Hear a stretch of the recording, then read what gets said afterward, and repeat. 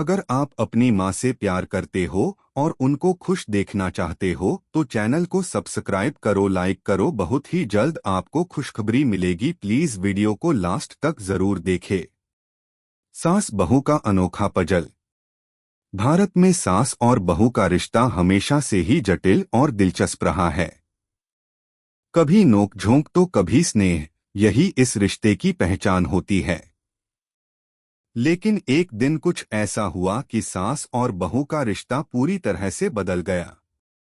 यह कहानी एक अनोखी घटना के बारे में है, जब सास और बहू ने मिलकर एक पजल सुलझाया। और यह पजल सिर्फ उनके रिश्ते को मजबूत नहीं किया, बल्कि दोनों की जिंदगी को भी हंसी से भर दिया।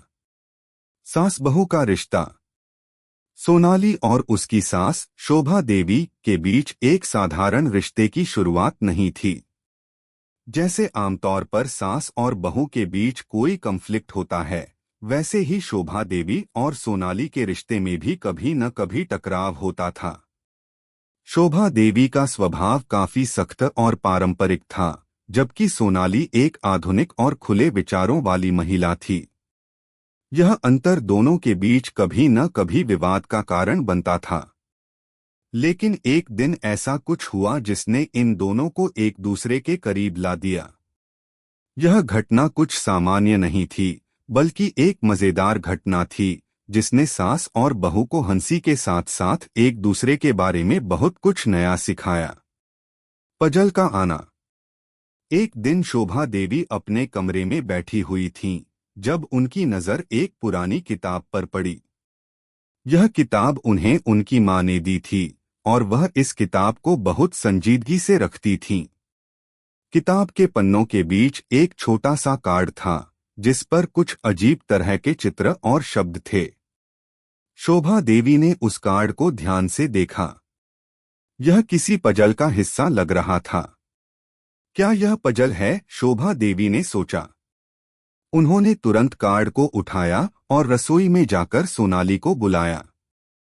सोनाली, देखो यह क्या है? शोभा देवी ने कार्ड को सोनाली के सामने रखते हुए पूछा।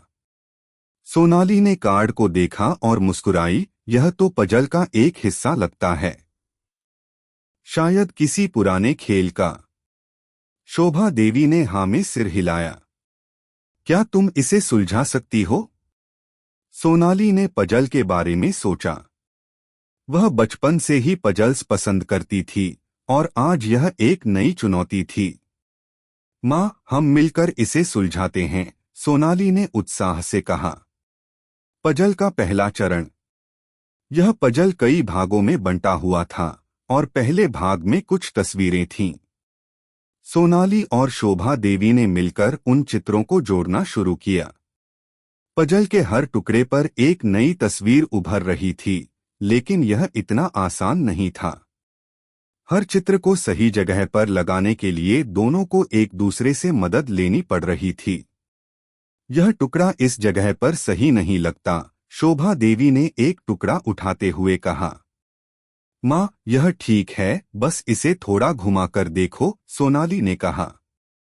दोनों मिलकर पजल के टुकड़ों को जोड़ने में जुट गईं और कुछ ही समय में पहला भाग पूरा हो गया।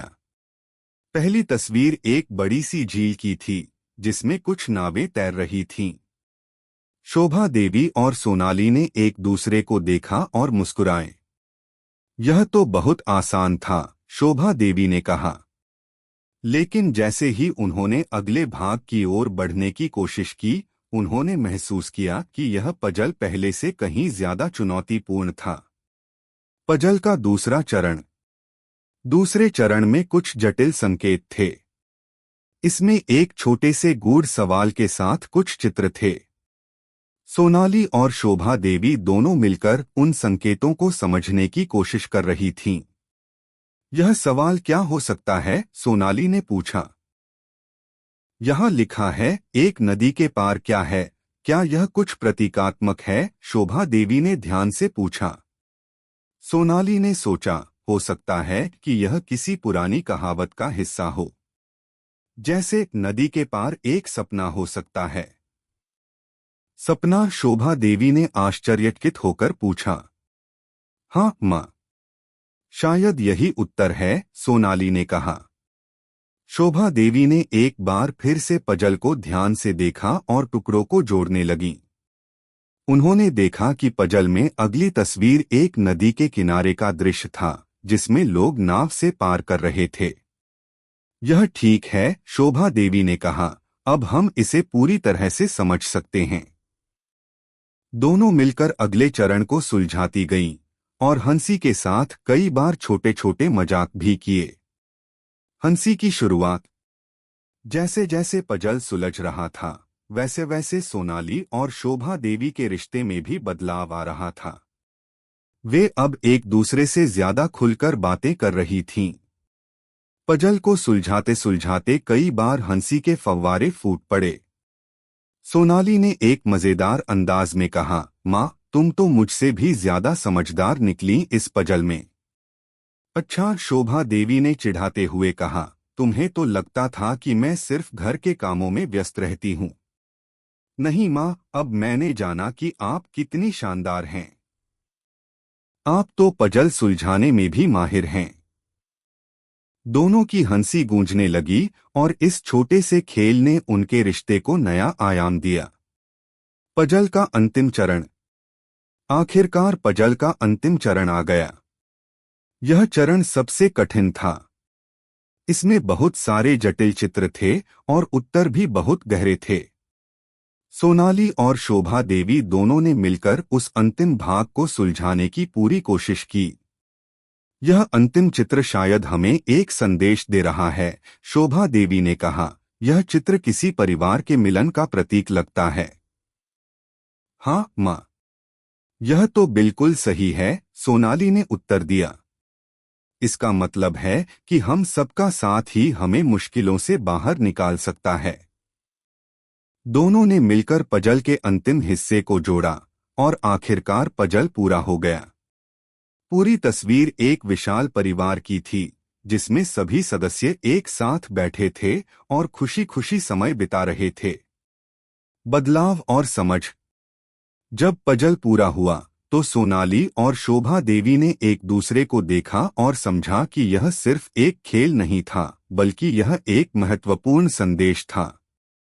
यह उन्हें यह सिखा गया था कि रिश्तों में कभी भी कोई समस्या आ सकती है, लेकिन जब दोनों मिलकर काम करते हैं और एक दूसरे की मदद करते हैं, तो वे किसी भी कठिनाई को पार कर सकते हैं।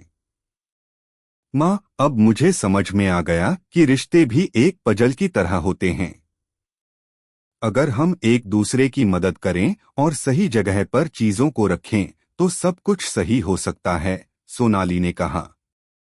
बिल्कुल बेटा, रिश्ते सच्चे होते हैं, तभी हम एक दूसरे का साथ दे सकते हैं।